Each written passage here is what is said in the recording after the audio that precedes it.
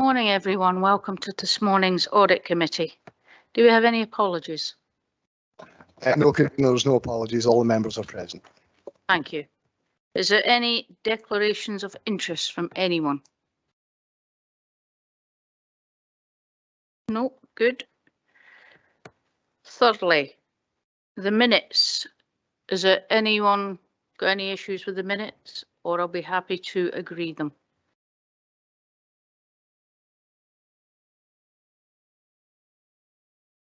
Agreed. Agreed. Thank you. Then we go on to final item, internal audit assurance. Isabel, if you'd like to present, please. Yeah, thank you. Good morning, everybody. So this report is the 22-23 Internal Audit Annual Assurance Report. The purpose of the report is to summarise the work Internal Audit have undertaken over the course of the year and to provide an overall opinion on the Council's arrangements for risk management, governance and control based on that work. The report also comments on our compliance with public sector internal audit standards. As you can see from section 2, I asked the Audit Committee to note that sufficient internal audit work was undertaken to support a balanced assurance and that internal audit can provide substantial assurance on the IGIB's arrangements for risk management, governance and control for the year to the 31st of March 2023. In addition, I can report that internal audit met or exceeded its key performance indicators. Section 3 of the report explains that the 22-23 internal audit plan included an audit of savings and transformation tracking ongoing from 2021-22. Paragraph 3.3 highlights that the plan set out 20 assignment areas as well as the ongoing review from 21-22, giving a total of 21 assignments. A summary of the status of the 14 audit reports, both completed and not yet completed, is set out at paragraph 3.4 with a summary of all assignments at appendix 2. The scope of and the findings arising from each finalised assignment is set out at appendix 3. Paragraph 3.7, you can see internal audit performance against the 3 key performance indicators. Actual performance exceeded the target for all 3 indicators, although the percentage completion of the internal audit plan had dropped slightly from last year. Section 4 of the report comments on our compliance with public sector internal audit standards. These set out the principles and practices that we must comply with, and every year we're required to undertake a self-assessment against those standards. The review was undertaken by myself during March 23. There's also a 5-year external assessment, which the section last underwent during 2018, and we were found to be compliant at that time. A further external validation will be undertaken by the Scottish Local Authorities Chief Internal Auditors Group later in this year. This self-assessment has given reassurance that we operate in line with the standards and there's not been any real or apparent impairment of independence or objectivity relating to the audit work. So internal audit operated throughout 2022-23 with no impairments or restrictions in independence. So in conclusion, internal audit undertook sufficient work during 22-23 to support a balanced and evidence-based opinion that substantial assurance could be placed on the Council's arrangements for risk management, governance and control. In providing this opinion, internal audit operated in compliance with the public sector internal audit standards with no impairments or restrictions to independence. Thank you. I'll try and answer any questions you've got. Thank you, Isabel. Cecil? Thank you, Convener. Thank you, Isabel, for that, and thanks for the report and the team pulling us together. Just wanted to ask a wee bit about the reports that are completed, and there seems to be a fair number that are completely, completed at an early stage in the year. But there's obviously the 14 that are outstanding. Just wondered if you were confident that you would be able to continue to meet the timescales and actually deliver on the audit report this year. because I was aware that last year we had some significant issues around resources, and just wondered if there was any lag over the resources, if there continues to be enough resources to be able to meet that and actually complete what's required. And the other thing is, could you maybe explain a wee bit about the self-assessment? This is probably a bit of a layperson's thing, that having a wee bit more of an understanding of what you guys go through for your self-assessment, as we've obviously got our bit to do. And if I can come back in relation to one of the reports as well, convener, but I'll maybe get answers to that first. Isabel, do you want to answer? Yeah, no problem. Resources, we are at full complement now, but we'll always take more resources if and when they were ever available. Not sure that's going to happen. So yes, we did have some issues last year around our resourcing. We had a couple of people who left, and it proved quite difficult, more difficult than anticipated, to fill those roles. In part just the changes, I think, post-COVID environment, and I think a lot of other local authorities are finding that now, that and not just an internal audit function across the board, there's issues getting suitably qualified people. So that was an opportunity to restructure at that time, and we got 2 fantastic new members of staff who had some of that experience but weren't fully up to speed on current internal audit practice. They had a lot of accountancy experience, plus coming into a new area full stop, you need a bit of bedding in time. So the plan for last year definitely was aimed at taking that into account to allow them that bedding in, plus they've got ongoing training commitments too, to try and just develop that role a wee bit more.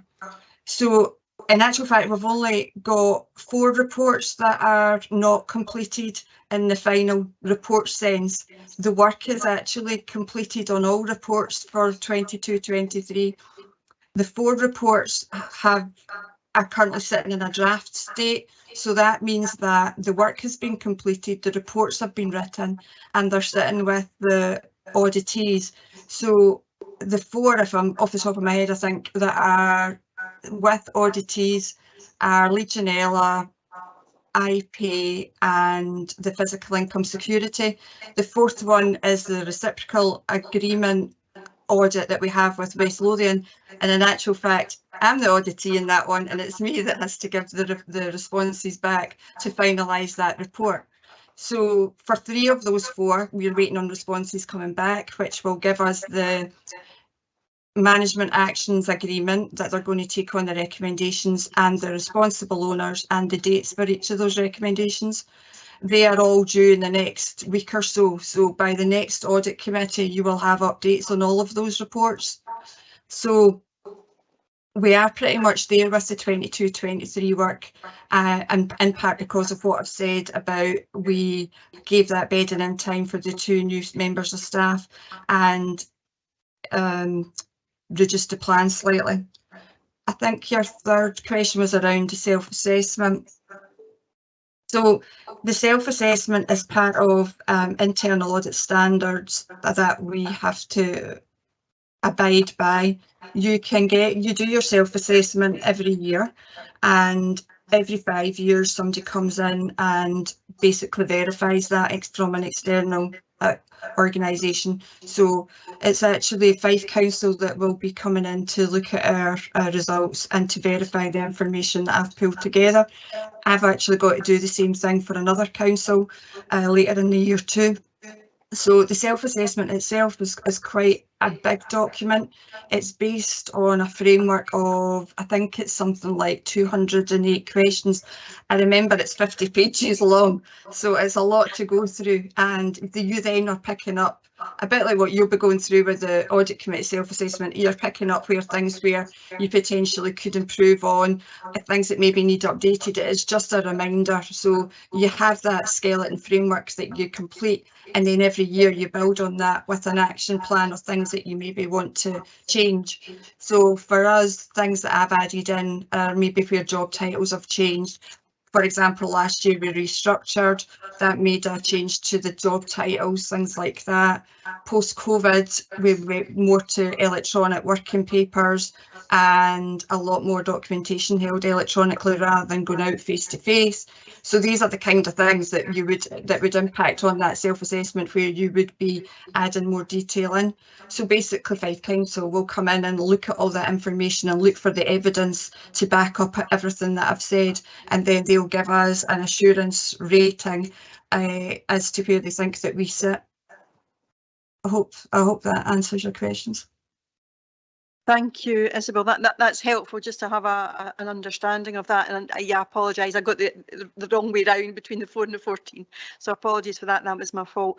Convener, if I can maybe go on to the ask some questions around the appendix, and it may well be a mixture between Isabel and the directors for those particular items. Go ahead. Yeah, thank you.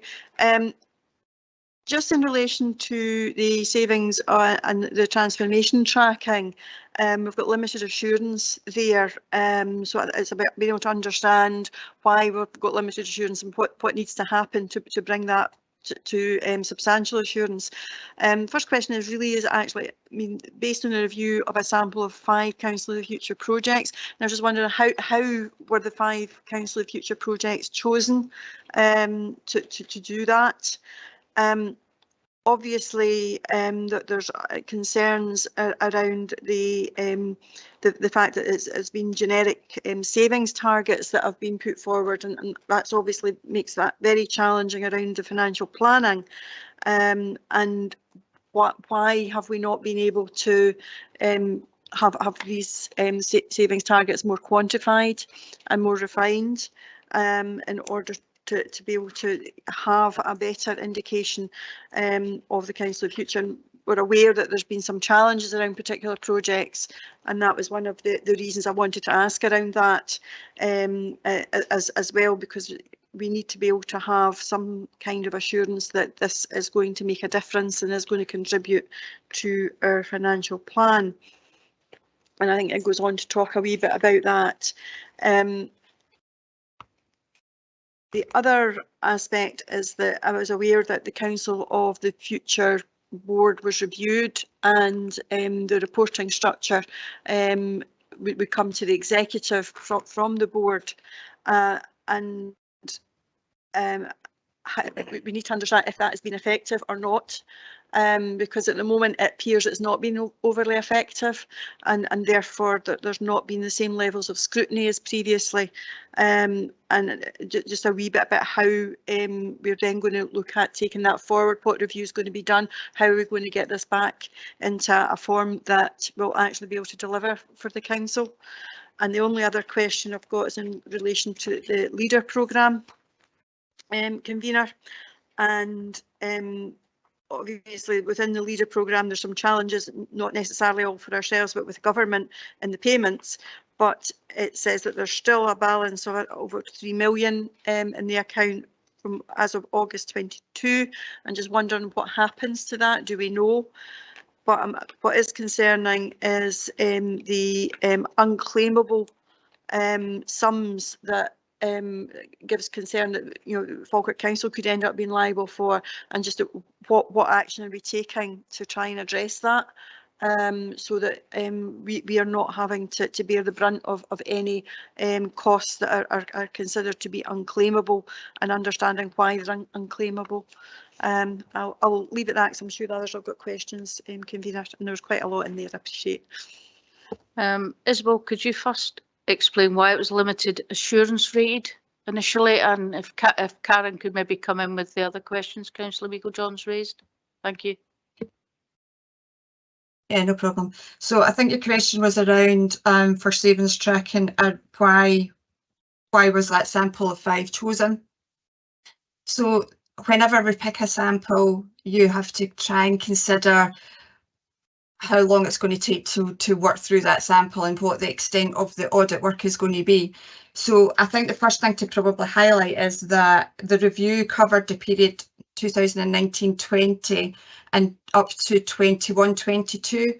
So trying to get the information together wasn't always easy because there was a lot of support and information elsewhere and trying to get the evidence to pull it together. So in picking the sample, you've got to bear that in mind to try and make sure that you're getting enough coverage over all the different services, different types, different sizes, and making sure that you have that balance overall.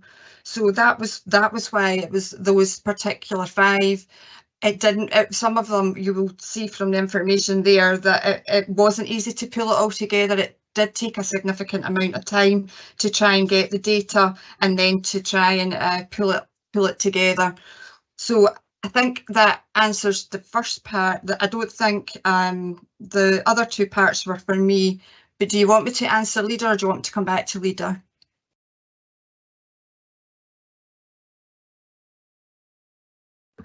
We'll come back to Okay. leader, but we're concerned why was it given limited assurance as your status? It could, more like, well, following on from what I've just said about the evidence, it did prove very difficult to get that support and documentation as to where the figures came from. When we started the review, we started with a figure of 14.4 million that we were trying to work back from to be able to verify and assure that figure, and that was the bit that was very difficult. You'll see that from the very first part of the summary, we broke it down into different parts for our remit items, all the bits that we actually looked at. So the arrangements are around assessing the savings, the arrangements for planning how to deliver the project, the accuracy of the savings, and the arrangements for applying, assessing, monitoring, for example, and then the impact of the awards on the timescales. And you'll see we've given an assurance level against each of those. Now that's not something we do on a regular basis. Normally our report will have an assurance overall. So, but in this one it was important to show the distinction where things were a bit better. So you'll see that the arrangements for planning how to deliver a project were a substantial assurance, but the rest were limited. So that basically means that the information to back it up just wasn't there, and we were unable to get that information back that was going to be able to take us back all the way to the 14.4 million figure. Thank you, Isabel. If Karen, do you want to address the other issues? Yes, thank you, convener, and thank you for bringing me in there. I think, as Isabel has said, you'll be aware from the report that the audit of the Council of the Future programme did relate to 2019-20 as well as 21-22. So to some level it is historical. Now, all of the recommendations in the report have been accepted, and the reason for that is because as officers we already recognised that a lot of the findings of the report were areas that we wanted to address, and actually we have plans in place that are addressing or have already addressed some of these findings given the historical nature of them. So I think members will recall that we did review the structure and the governance arrangements for the Council of the Future programme, and these were reported to the Executive Committee. That was about a more robust board being brought together. It now includes all directors and heads of service. There are much more refined and defined monitoring arrangements in place. It's also worth saying that our PMO and finance colleagues also review the information that come to the board, and we have much more information in terms of both the project status and their milestones, as well as the financial status of the projects. So there is an assessment now done against each of the projects about the financial rating and whether we are on track with that, which enables a much more robust discussion at the board as well.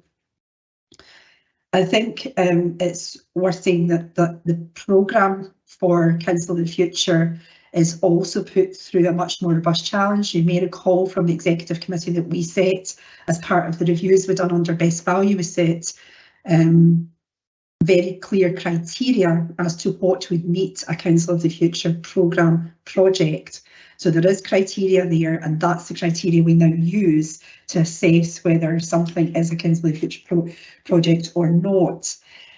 And as I said, finance colleagues and PMO now work together to assess the savings that are in the project documentation, but also to review those each time we meet as a board to ensure they give it a RAG rating and tell us where we are in delivering those savings.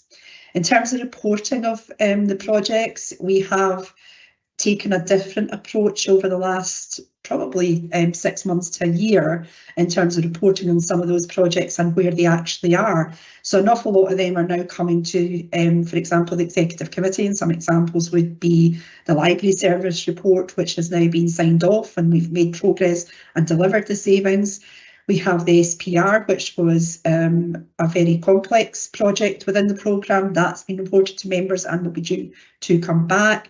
We have waste services, which has been reported. So those are just some examples of the change in how we're doing this and actually reporting some of these projects back to members to ensure that you have oversight of where we've got to with these as well. Some of the other recommendations in the paper were around the change fund, how we use that. We have put a more robust process in place where the board as a whole considers any change fund applications, but we've also reviewed the template in line with all of the recommendations that our audit colleagues came up with. So that's a very quick overview of some of the changes we've made, but happy to answer any further questions on that if the committee have any. Thank you. Thank you. Councillor Hannah. Thank you, Convener. Could I take you back to page 15 again, looking at the areas? I'm glad that there are 4 of the audit reports have now been progressed and are near completion, so that's important, particularly the Legionella one, which is time critical. And I take your issue about lack of resources to deal with it, and I'm hoping that for the future it won't happen again. But I would like you to say a wee bit more about the 2 audit reviews that were deferred into the next year's plan. On one in particular, the fleet management and monitoring arrangements, seems to be because 8 of the 11 recommendations had not been implemented. And I wonder if you'd like to say a wee bit more about those 2 reviews and the reasons for the deferment. That's my first question. Sorry, I'll come back with the rest. Isabel. Yeah, okay.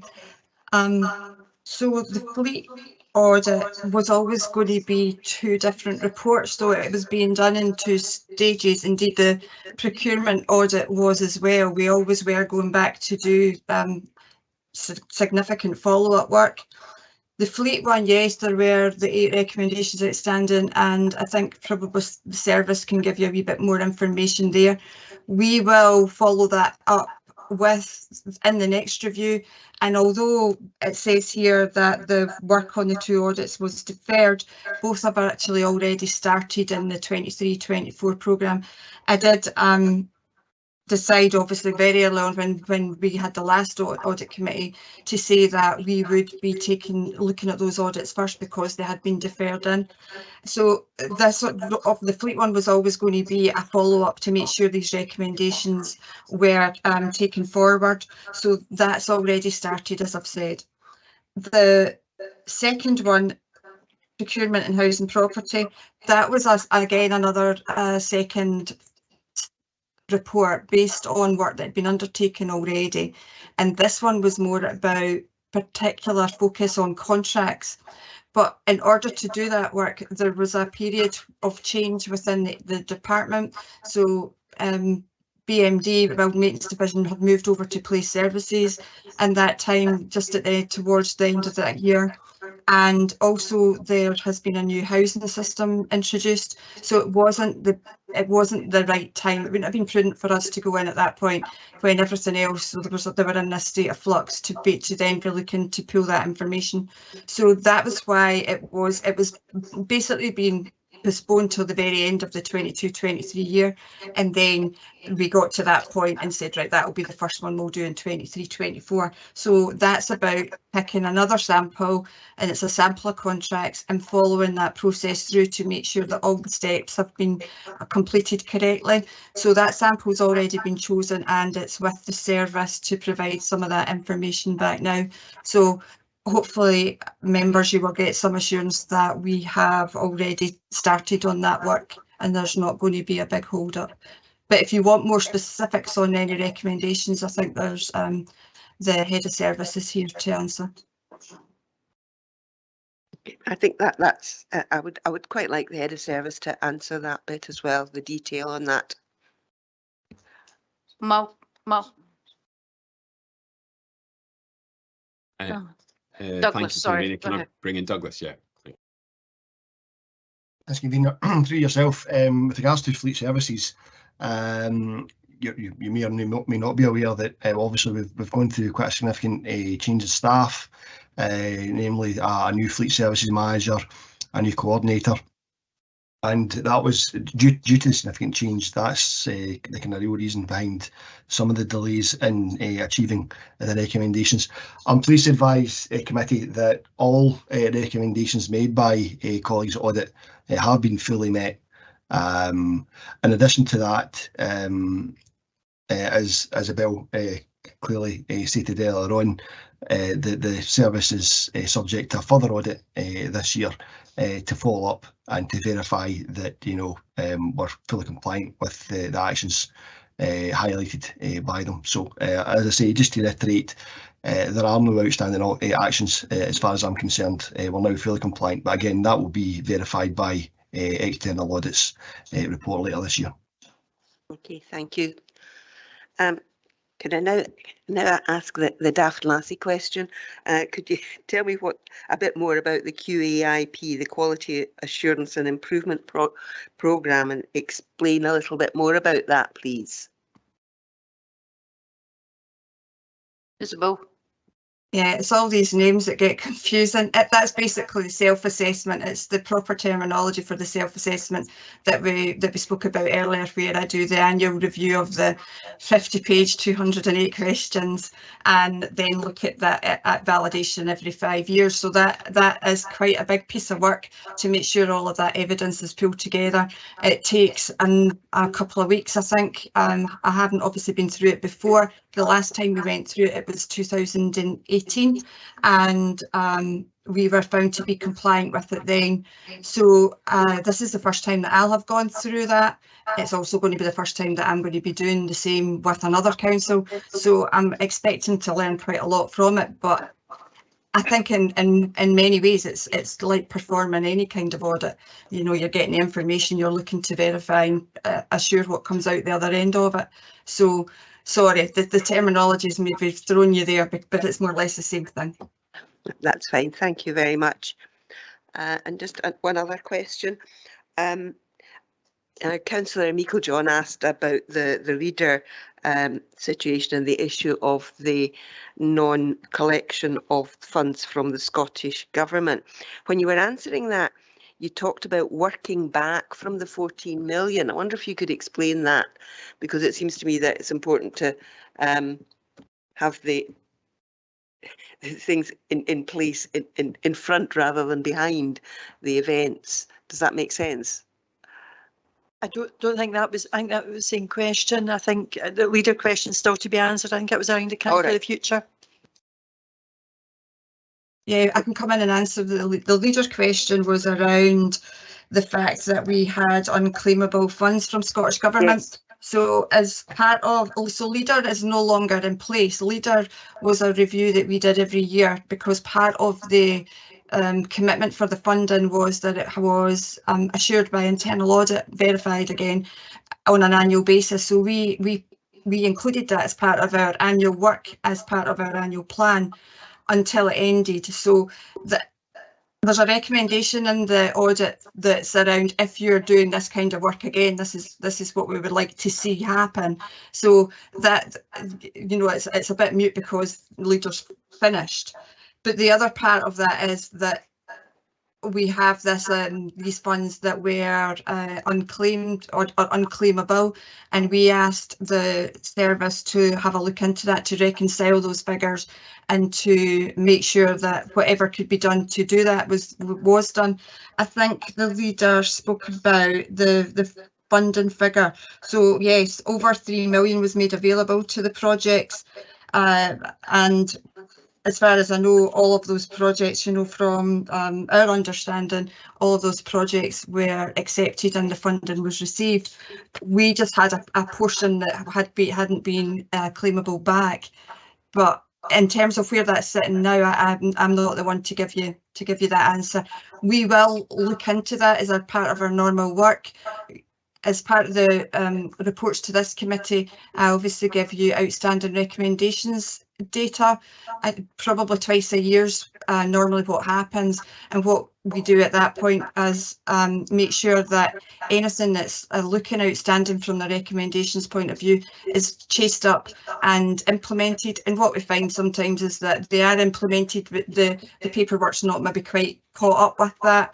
So it's about making sure that the performance sits in the right place and that it all gets caught up with. So we will do that as part of our outstanding recommendations work to check if these recommendations have been completed.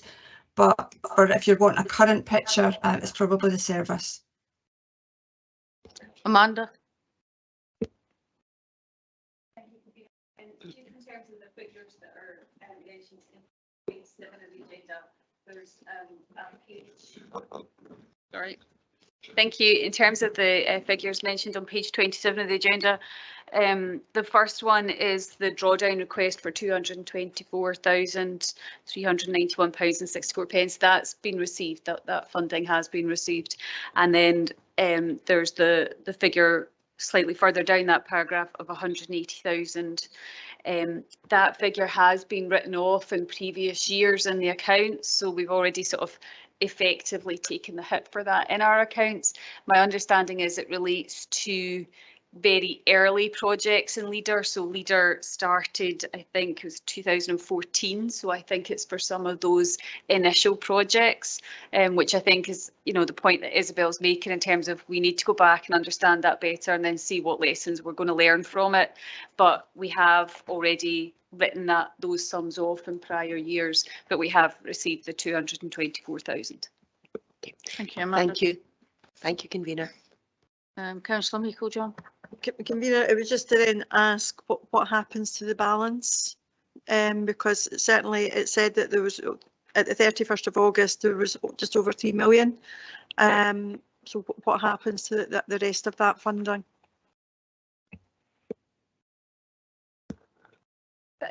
Thanks, convener.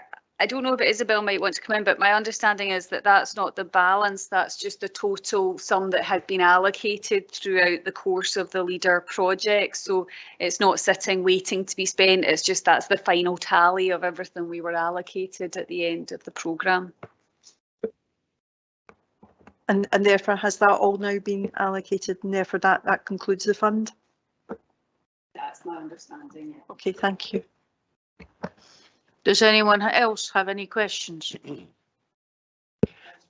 Councillor Forrest. Thank you. Page 25, could you please describe the process for detecting wrongly claimed council tax single persons discount?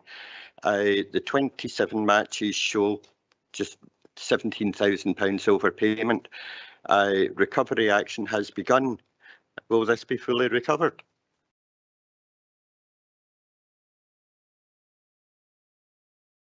So the single person's discount on council tax is so the process for NFI is around the matching of the information from various systems, and then it flags up queries. So the queries could be around the fact that to claim single person discount, you should only have one adult over 18 living in the house. The systems that have generated the match, if you like, is saying that there's more than one person over the age of 18 living in the house. So that could be for any number of reasons. It could also be that one of the system's information is wrong or out of date. So basically we get these matches back and we try to investigate them. They now are rated like a high risk, a medium risk and a low risk. So we try to obviously start with the high risk ones, and that could be around the value or around the systems. So we will look into why that could be. So yes, it could be that the two systems don't have matching information, so therefore it's flagged. It could be that, and what we find in a lot of instances is that it's one of the children who has turned 18 and has become an adult, if you like. But then when we write out as part of the investigation, what we tend to find is that maybe the 18-year-old has gone into further education. So there are reasons for it, or people just have forgotten, they didn't know that, you know, oh, my child's now 18, I need to inform them. So of the matches we've already done, there is the 17,000 of recovery. So we would like to hope that we would get all of that back, but what tends to happen is that it alters the council tax owed figure. So depending how that person is paying their council tax, then this will just be an additional payment to that, or if they are in arrears, it adds to their arrears. But the figures, the 17,000 are obviously added on, and they are treated as then part of the normal payments that have to be made back. Thank you very much for that. Thanks. Councillor Patrick. Yes, thank you. I'd like to refer to the heading of the continuous auditing. That's on page 24. And this was explaining about duplicate payments. You're looking for duplicate payments that have been made, really quite large amounts and quite large figures. Although, you know, it's quite comforting to see that, you know, quite significant amounts are actually being recovered when that's been discovered. You know, and I appreciate we must make thousands and thousands of payments as a council certainly every year, probably even every month or so. Are we sort of satisfied that procedures are in place to stop these duplicate payments? Because some do appear that they probably have been quite significant. You know, to pay an invoice or whatever twice for significant amounts, that is quite concerning. And it'd be much better to stop the payments to start with rather than have to do the recovery. So are we kind of satisfied with procedures in place that we can improve on that to try and avoid these in future? Yeah. The figures, when you do read it, the figures certainly do, you know, they do stand out, but it's about the context. We've been doing this work since 2007, and we do it quarterly, and it's always been quite a worthwhile exercise in terms of what we're able to pick up in terms of the duplicates that are there. But if you look at it in the context of, like what you're saying, the number of payments that are going out, it's a very small number. We actually keep the figures, and I have got the figures, so hopefully this in itself will give you some comfort. So because we've been doing it since April 2007, we've been keeping the figures since then. So between April 2007 and March 23, there's a total of 2.7 million payments being made via Integra. 813 of those were duplicates. That averages 0.03% of the total value of the payments being made. The gross value is that only 70,000 are outstanding, which is again a very small percentage of the total values that are there. When we're looking at I think it's over 4 billion of value, of gross value, in terms of the monies that have gone out. So the sums are small, but when we started to work, we looked at anything over £500, and then we changed it to anything over £1,000 as a duplicate, what we're looking for. So that then has meant that changed into the history of what was left outstanding. But we do a lot, so we not only do the work on the quarterly basis, we also chase on the outstanding ones from maybe a number of years ago, because of just the lag in being able to then chase for any of that money. So we don't actually have, I'm just reading, all duplicates from 21-22 and 22-23, except this current quarter, which we're chasing just now, have all been recovered. The remainder are mainly from 16-17 to 19-20, and include payments with values below that £1,000 threshold I was talking about.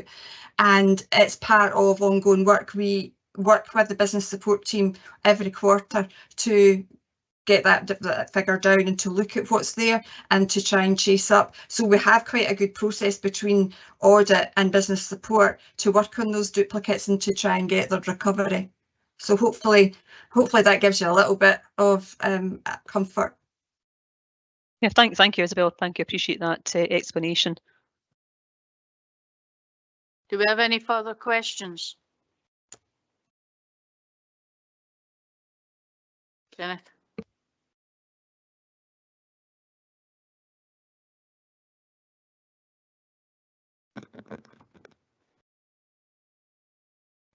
Thank you, Chair. I just wanted to come back on briefly on an earlier point, which the Leader of the Council had raised. So this is about the savings and transformation tracking. Really important report. It has been a really challenging area for us. I agree with everything that Karen said in her response. And of course, the issue around about the pace and delivery of transformation was something that came up in the best value audit last year. We undertook a review of transformation on the back of that. And as Karen says, I suppose the best evidence for an improved and changed approach is precisely the reports that Karen mentioned that have come forward to the Executive and the Council, where we've been able to deliver savings in a way that we struggled to previously. I suppose the other thing I'd say is that I've chaired the Council of the Future Board both before that review took place and since. I think it does feel much more focused and much more robust now, much more focused on the issue of the required savings. I think it's still a work in progress. I still think we've got more to do. I wouldn't say I'm entirely satisfied with where we are because, and obviously we've still got a really big financial challenge in front of us. But I particularly wanted to pick up on that question of how the board was functioning now, because I think it is functioning in a way which is more robust, and I think that is helpful in terms of the challenges thrown up by this audit. Thank you. I'd first like to say thank you very much for the report and what's gone into it. I appreciate it's been a tasking year at the beginning when you had vacancies. I do have two final questions myself, if I may. One is I'm a safety compliance auditor myself in my day job, so I'm a little bit concerned around the Legionnaire management and its delay. I'm wondering when the full report will be available. That's question one. And the second one is regarding the continuous auditing.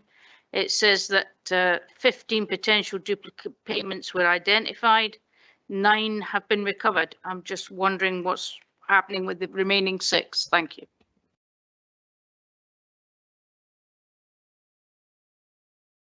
So the Legionella audit work is completed, and the findings, part of that normal process is obviously it goes back to the auditee.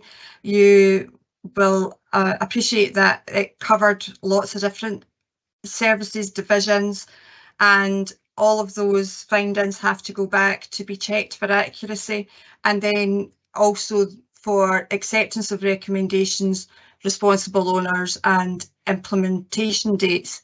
And that's the stage we're at just now. So that's all of that work has been done, it's completed, and you will receive the findings and the summary of that audit to the next audit committee, because we will be getting those responses back probably in the next week or so. It's just the coordination then of all of the stuff that goes out to come back, but you can be assured that the work has been completed and that you will get the findings from that at the next audit committee. Your second question about the continuous auditing.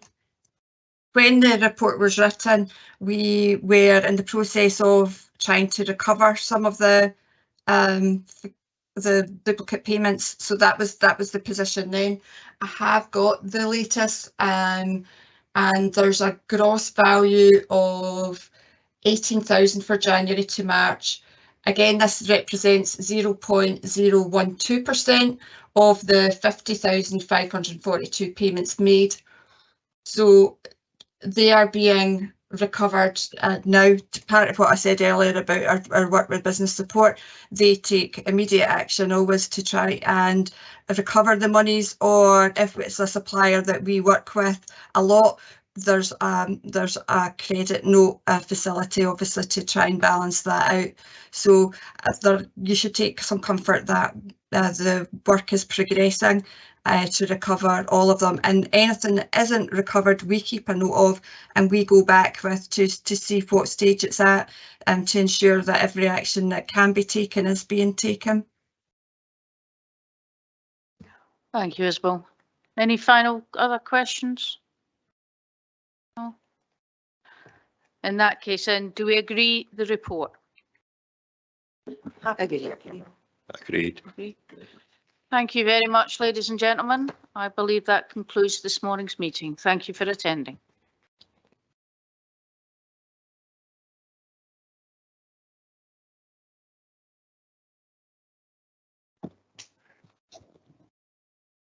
Could I ask just the members of the committee to rejoin in 10 minutes for the self-assessment section of the business, or this morning's business?